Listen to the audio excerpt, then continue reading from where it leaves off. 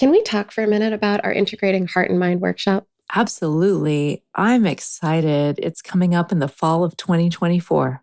I'm so excited. We changed the format to make it more accessible to people with like work schedules and personal schedules. And so this time we're going to do it 3 hours on a Friday afternoon or evening, depending on where you're at, and 5 hours on Saturday for 2 different weeks in September. Yeah, and it's so great. Like if you're finding yourself stuck in like sticky bad patterns or having communication issues or something like that, or if you want to just like get closer and trust yourself or your partner more, this is the workshop for you. Yeah, and individuals are welcome, couples are welcome. If you're interested in really thinking through how to serve yourself well inside of your relationships, then we've built a workshop that will support you in finding the ways that are just right for you. To sign up, head over to our website at whydoesmypartner.com/events. We hope you'll join us. Welcome to the Why Does My Partner podcast. I'm Jules. I'm Vicky. And I'm Rebecca. We're your hosts. We're also couples therapists and messy humans bumbling through our own relationships every day. We met at a training, and our secret sauce is that we and our partners became fast friends. Between us, we have more than 40 years of experience holding hard relational questions with our clients. We're going to bring those questions here, and together, we're going to take a stab at answering those questions. This podcast is not a substitute for couples therapy. If something you hear in this podcast stirs something deep within you about your relationship, reach out to a couples therapist in your area. We'd also love to hear your questions, so don't forget to go over to whydoesmypartner.com to leave a question of your own. Here's today's question. Why doesn't my partner ask questions about me? One of the ways I show my partner I care about them is by asking questions, whether that be out of the blue things I'm curious about or follow-up questions about things they share with me. My partner makes it clear that they care about me, but they never ask questions to get to know me better. Sometimes I feel like they don't care to know me on a deeper level at all. Oh, sweetie. Oh, there's such pain behind this one. I feel like they don't care to know me. Isn't that like such a human like pain point? Like the pain of like not feeling cared for in that way, of not feeling known. Mm-hmm. Especially when it feels jaggedy like that. Yeah. So I can feel that they care for me, but then this thing isn't happening. And so it's confusing. It's so confusing. Yeah. And it's like, it feels like, wait, what's missing here? And why is this missing here? And then we do the work to realize, I want these questions would be helpful to make me feel like you want to know me. Yeah. Of course. Mm-hmm. Yeah, totally. Yeah. And that this person that is asking this is also themselves using questions as a way of caring for their partner. Mm-hmm. Totally. So there's part of that jaggedy confusion that Jules was saying is because there's like, well, if you're not asking the same questions, not the same questions, if you're not using the same behavior, it feels to me like you don't care the same way that I do. Yeah. Because I'm doing this thing to know you deeper. And if you're not doing this thing, then maybe you don't want to know me deeper. Right. Oh, can we slow that down right there though? Because like right there, I'm just kind of feeling a need for a pause. I think we're having different conversations. And that's why there's a miss here. I don't think we're talking about the same things. Right. Who's the we? I just want to clarify that. The partner and the caller? Yes. Yes, that's what I wanted to clarify. Yeah. Like not the three of us, but the partner and the caller may be on very different pages. Yeah. I think the different, like, we don't know what's happening for the partner. Right? We don't know what's going on there. Like I know if I'm talking about my relationship with my partner, if I were to ask a lot of questions, my partner would perceive me, even if I come with a lot of curiosity and love, my partner would perceive that as a little too much, an invasion. And it's not that I'm too much, it's that his system would struggle with being asked things in that way because he has a really different history. And in his history, that's how his system interprets it. It feels like it's an intrusion. Like someone coming at you, yeah. I'm guessing. Yeah. Right? And so Yeah. he also wouldn't be asking me the questions because it would feel like an intrusion. Right. So here's a curiosity for us, right? So when you have this kind of difference with your partner, one of the first whys, why doesn't my partner ask me questions? Well, it could be that what questions are meaning to your partner is different than what they mean to you. Mm-hmm. And so that would be a point of curiosity, right? Where we could wonder together about what do questions mean to each of us? Because for like in my partnership, being asked questions is like super interesting for me, but may land as like, oh no, I'm about to get something wrong for my partner. So it's like an on the spot moment, especially if they're one right after the other, or they come out of the blue, if they're like kind of shocking. For sure, it's going to be like, whoa, and my brain just went blank because I feel on the spot right now. Totally. So they mean really different things. Yeah. I had to learn not to ask so many questions. Pacing was actually a really important learning for me because the questions come from me pretty quickly. And the intensity of that is a lot for my partner to take in. And so I've had to learn, I can plant the question out here. I can put it out here. And maybe we could talk about it next week. Right? Because like that, I can have a curiosity. I can want to know something, but he can't always give me an answer right away. So we're talking about the ways that people's systems, people's brains are different, the way we process information differently. And also, what is a question? Like, is a question just a question? Is it just a way of getting to know somebody? Or is it also like, this is how I show care? And then if we're having a question about how I show care, are questions the only way to do that? Or are there also other ways of showing care? Are you describing a meta conversation? Probably. I mean, most of the things that we end up doing might be meta conversations.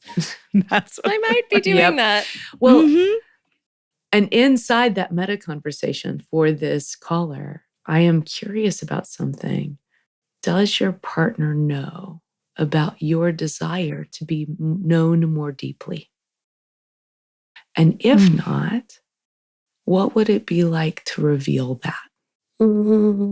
And I know when I'm thinking about moments of lots of different couples just came up for me, and there is this like sticky point where, but if I tell him I want to be known more deeply, then isn't that just me leading him? And doesn't he really not want to know me? Right? Because I'm just asking. He's just doing it to appease me kind of thing. Yeah. But I'm kind of like, there's such risk. There's such risk involved in like putting yourself there and saying, I want you to know me. I want to be known by you. I want to share parts of me with you. Yeah. And if that's actually the risk that we're talking about taking, whether it's through saying to your sweet partner, can you ask me more questions? Can you be more curious? Or if it's just leading with, can I share stuff about me that I'm discovering that I really want you to know? Right. Like we get to the same place and there are different ways of doing that. 100%. Because I find myself also thinking that poor Gabe doesn't ask me, and this is not the caller, this is me. Gabe doesn't ask me questions, but it's because he doesn't have a chance to, because I just volunteer everything so fast. He doesn't need to ask. He still knows you. He doesn't need to. He knows you deeply. He knows deeply without the questions. But this is such a great example of like the different patterns that different couples are going to have. Yeah. That's why I was putting it out there, because our pattern is so different. And then I think, Rebecca, it's similar. I don't call it the seeds like you do, and I don't do it the same way, but usually when I ask him questions, it like he freezes. And it's like, I don't know. But then we either revisit it and he does know, or we don't revisit it and I let it go. But so I am the one that asks the questions, but it's because, Haram, he doesn't have a chance to ask questions. Yeah. I'm a lot. And I'm aware of it. I love all of you. I know you do. That's why I could say it here. Because I know that all of me, the lot of me, is accepted here. So the lot of you is welcome here. Right. You know what else I was just thinking was how many of us grow up in homes where that's not a thing. And so there may be a modeling deficit. Like it may not even occur to you. Like, yeah. To ask what questions. question would you ask? Like what? Yeah, what question would it even be? Even if you, so like I was thinking about this with my daughter the other day. 'Cause she goes, she says this to me. She does. She says, "Mom, ask me more questions so I can answer them." Mm-hmm. I said, "Okay." And we were asking questions. Well, I got to like question 15. And I was like, I don't have another question. Like I'm having a hard time coming up with an additional question.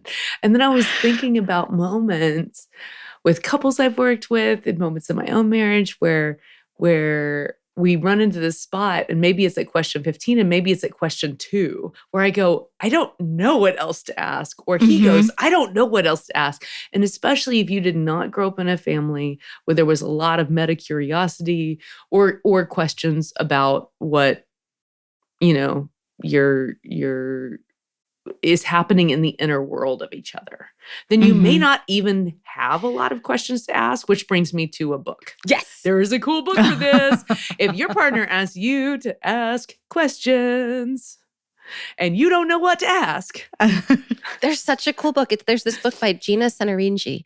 It's called One Question a Day to Stay Close and Curious, a couple's journal for a lifetime of love. And you could like literally flip this book open to almost any page and just pick out a question to ask each other. How fun would that be? I'm laughing. You guys will see. That's why I'm laughing. Why? Because I feel like this would be Gabe's nightmare, but my dream. This sounds great to me. What is the nightmare about for him? Yeah. Is it that he doesn't want to listen to the answer or he doesn't want to answer himself? I think it's more of me coming at him, poor guy. Oh. Be like, look at this fun book I got. And let's go through 5,000 questions tonight. Well, the point is one a day. It's one a day, sweetheart. It's like we're taking a car ride. And during this long car ride from like I'm this an overachiever. state to another state, we can like sit with a question and wonder about it and talk about it today. And here's my answer. Oh, and that's interesting. That's yours. Oh, that's really interesting. Your answer made me think about this. That's it. We're just in conversation. We're not like firing questions. Yeah. Yeah. Not firing questions.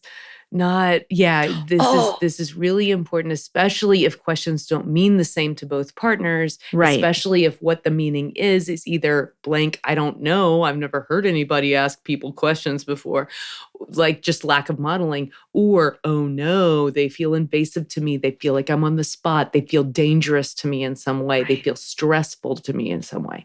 If that's the case, then take it slow. We'd only add one at a time. And maybe not even every day. Not 5,000. That's the other thing, though, is that if we're really asking a curious question, like, tell me something about you that I might not already know. Then my next job is just to listen. Right? And maybe inside of listening to what you're telling me, there might be more like, oh, tell me more about that kind of question. But that's different than just firing questions at you, which is like, I'm really thinking about this in terms of the care we give each other's nervous systems, how we hold each other. What does it feel like to be held by our partner? And how does our partner get to know like what our system needs also? So how are we relating with each other in this way that feels really good and caring to both of us and accepting of, oh, we are different. We had like our nervous systems have different starting points. So the things that feel like a need or care for you might feel intrusive for me or might, right? Like there's a different starting point there. So that's an interesting term, starting points. I like that. That like the baseline is different. Yeah. Yeah. Yeah. So I guess we're encouraging you to, one, have that vulnerable conversation and say out loud in some manner, in the way that's right for you, I want to feel like you want to know me deeply. Yeah. And here's how I usually get that need met. And here's how. I'm curious what questions are like for you. What's it like when I ask you questions? Because I ask a lot of questions because I'm trying to know you deeply, but maybe it doesn't feel like that to you. Go ahead and have that vulnerable conversation so that you all can work this out together, because it sounds like you got a lot of love between you. Yeah. And I'm so happy for that. And just be curious, right? Like, don't go in thinking that there's one right way to do this. Just go in with curiosity. Learn about each other. Learn about yourself. Take good care. Yeah. Bye. Bye-bye. That wraps up this week's episode. Join us again next week for another Why Does My Partner? We hope that you continue to listen wherever you get your audio and that you'll follow the show. To go deeper, join us at one of our workshops. You'll find our next date at whydoesmypartner.com. Did you know you can ask us your questions? Your questions are relational gold. Go to whydoesmypartner.com to either write in or record your question for a future episode. And here are some gratitudes. Thanks to Al Hoberman, our sound editor and podcast production magic maker, our audio intern, Cole Rickman, and to every one of you who has joined us for our workshops in the past. We've learned so much from all of you. If you're enjoying these conversations, please subscribe, rate, and especially please leave us a review on Apple Podcasts or wherever you listen. Thanks so much for listening to Why Does My Partner? Take care of each other best you can. See you next time.